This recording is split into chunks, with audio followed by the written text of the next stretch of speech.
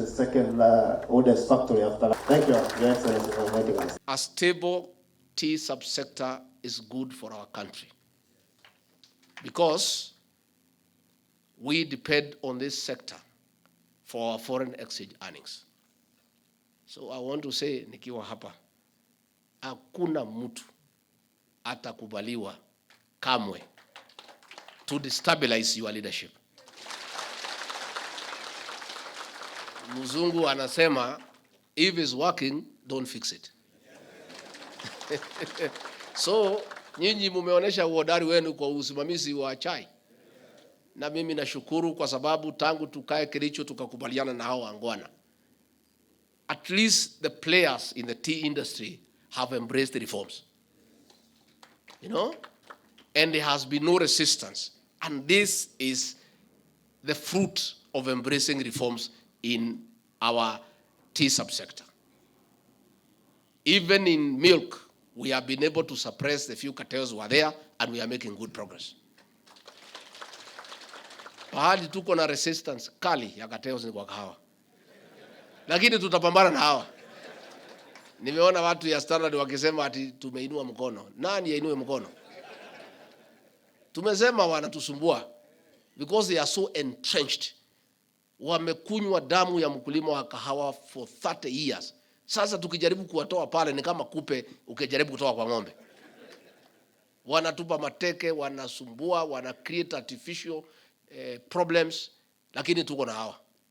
And we are determined, and there is no way we can abandon reforms in the agricultural sector.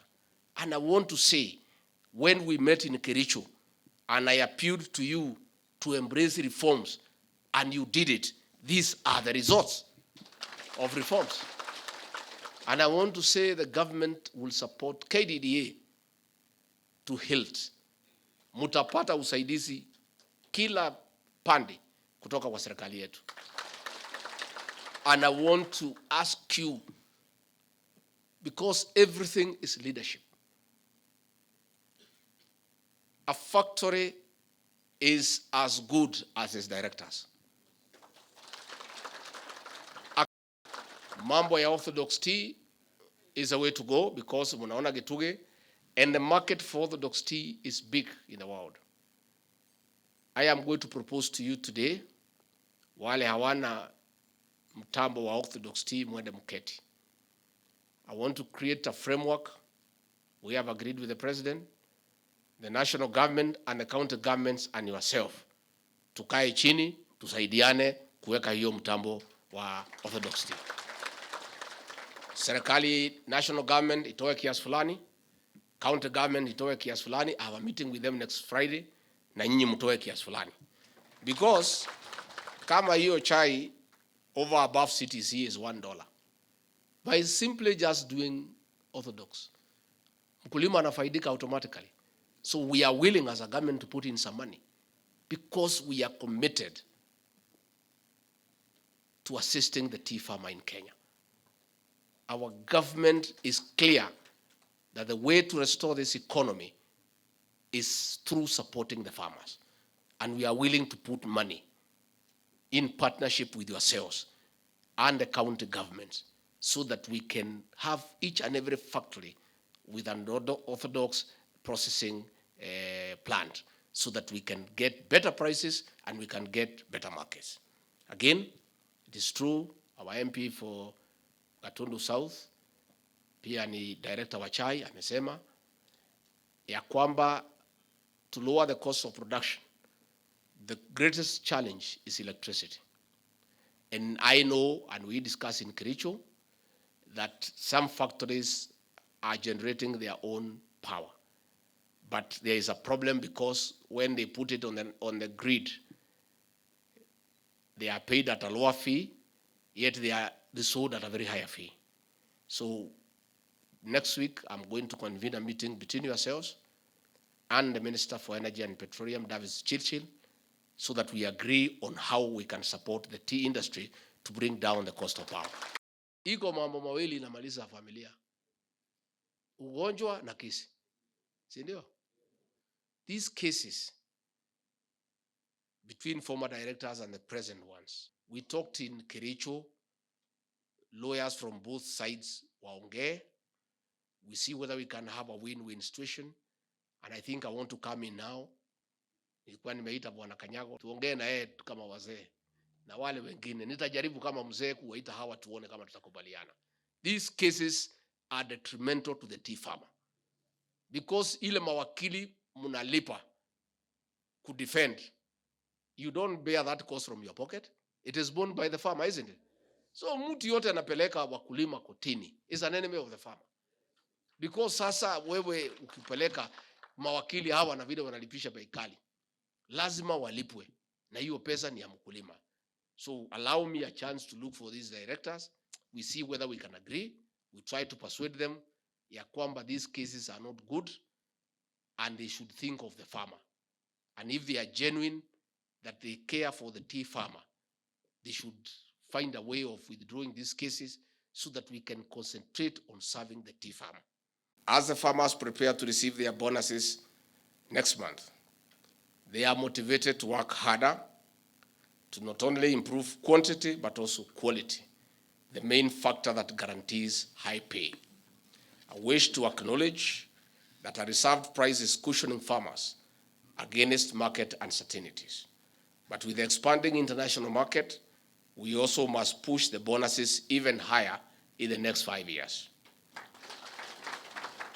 That is why we'll follow up on the implementation of the tea reforms to the last dot. A review of all legal, policy, and regulative frameworks is ongoing for lasting reforms, and I appreciate members of the National Assembly and the Senate from the tea-growing counties for their commitment in these reforms. And our foreign policy, the main responsibilities of ambassadors and heads of mission going forward is to maintain current and expand our footprints into new markets for our products. The performances of our ambassadors and high commissioners will be pegged on the delivery of this assignment of expanding existing markets and opening up new markets in the world. Competition for traditional markets, including Pakistan, the United Kingdom, the United Arab Emirates, Yemen, and Russia is growing. This calls for production on our part of more in quality, quantity, and specialty teas. This is how we will penetrate new markets, including China, Taiwan, Lithuania, the Democratic Republic of Congo, among others. Already, Kenya has exported tea under the Africa Continental Free Trade Area Agreement, a market of over 1.3 billion people. Besides dignifying our farmers in their hustles, the reason the Ruto administration is taking seriously implementation of reforms is for the tea subsector to contribute to rebuilding our economy. We cannot improve our economy when we are spending more on importation than exports. We cannot strengthen our shilling against the major global currencies when key subsectors are underperforming. Tea is one of the crops that will assist us in increasing the foreign exchange reserves. Tea contributes about 2% to our GDP and 4% to the agricultural GDP. It earns an approximately 120 billion Kenya shillings in exports, translating to about 26% in foreign exchange. Globally, Kenya is the third producer and the biggest exporter, accounting for 28% of the world tea. In 2021, the tea subsector earned the country 136 billion Kenya shillings in foreign exchange. Last year, we earned 138 billion Kenya shillings. This year, we fully roll out reforms. We project the export earnings to rise to about 150 billion Kenya shillings. Na mimi nashukuru kwa sababu tangu tukae Kericho tukakubaliana na hao wangwana. At least the players in the tea industry have embraced the reforms. You know? And there has been no resistance. And this is the fruit of embracing reforms in our tea subsector. Even in milk, we have been able to suppress the few cartels who are there, and we are making good progress. Pahali tuko na resistance kali ya cartels ni kwa kahawa, lakini tutapambana na hawa. Nimeona watu ya Standard wakisema ati tumeinua mkono. Nani yainue mkono? Tumesema wanatusumbua because they are so entrenched. Wamekunywa damu ya mkulima wa kahawa for 30 years. Sasa tukijaribu kuwatoa pale ni kama kupe ukijaribu kutoa kwa ng'ombe. Wanatupa mateke, wanasumbua, wana create artificial problems, lakini tuko na hawa.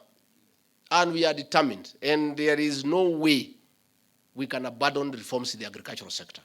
And I want to say, when we met in Kericho, and I appealed to you to embrace reforms, and you did it, these are the results of reforms. And I want to say the government will support KDDA to hilt. Mutapata usaidizi kila pande kutoka kwa serikali yetu. And I want to ask you, because everything is leadership. A factory is as good as its directors. A factory is as successful as its leadership. And a factory is as rotten as its leadership. So, uongozi ndio kitu ya maana. And you people have proven through results that you are offering good leadership in the various factories you have been elected. I want to say congratulations, and you have the support of the President and I, the Ministry of Agriculture and the Ministry of Trade. Na hii soko tutatafuta pamoja na nyinyi.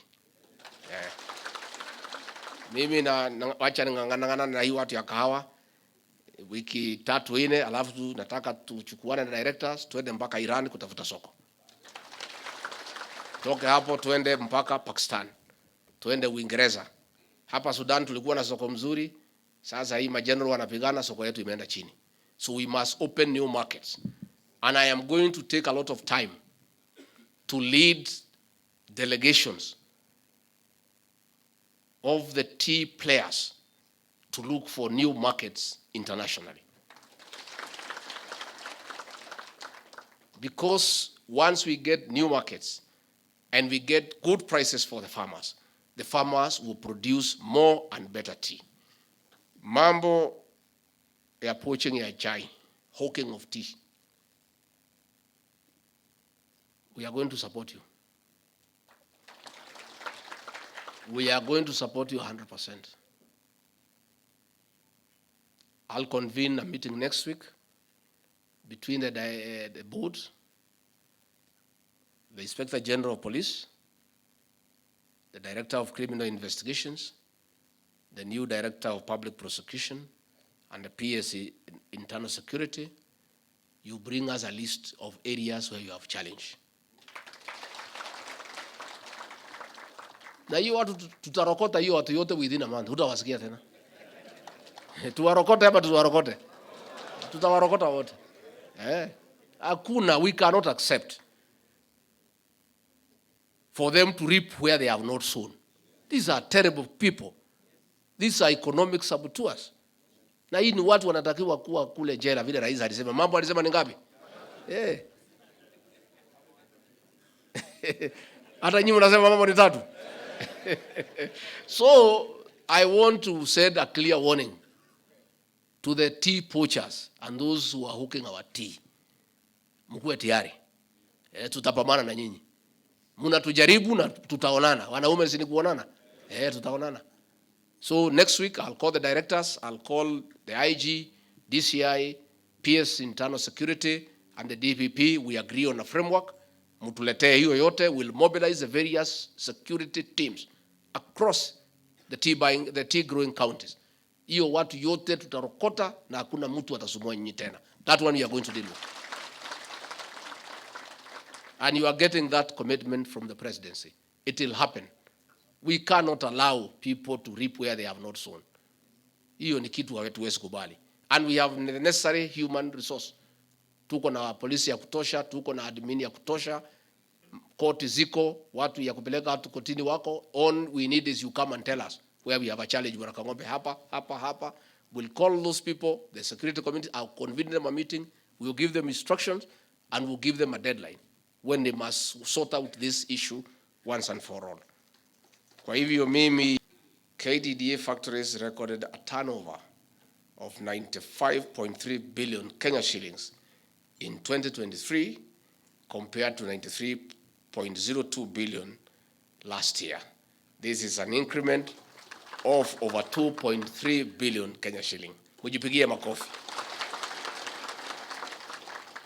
There was a growth of 2.28%. The total payment of farmers grew by 7.6%, reaching 67.7 billion Kenya shillings.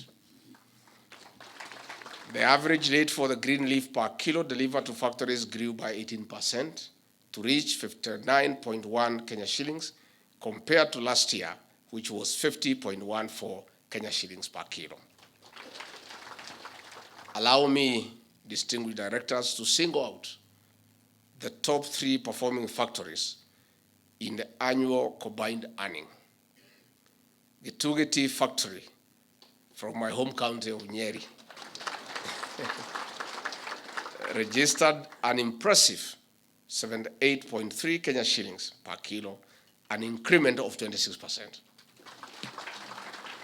This factory is also the country's leading processor of orthodox tea, whose consumption is on a steady rise across the globe. At Imenti Tea Factory in Meru County, where again my mother came from, farmers earned 73.1 Kenya shillings per kilo.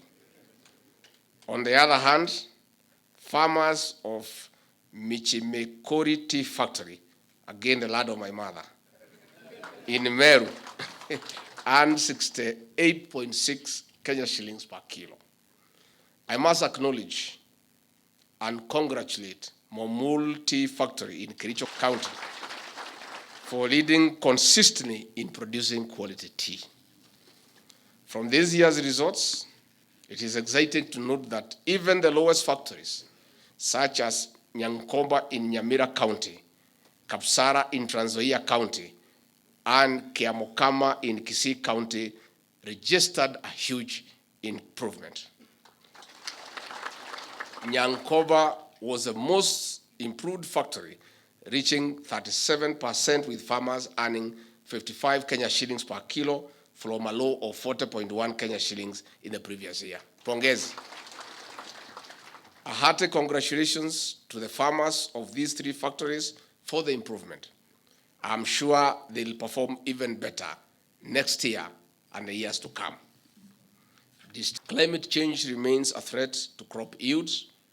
As witnessed, there was a drastic drop in production late last year and early this year due to prolonged drought. We encourage KTDA to partner with county governments in provision of extension services, as well as entrenching climate-smart agriculture for sustained production.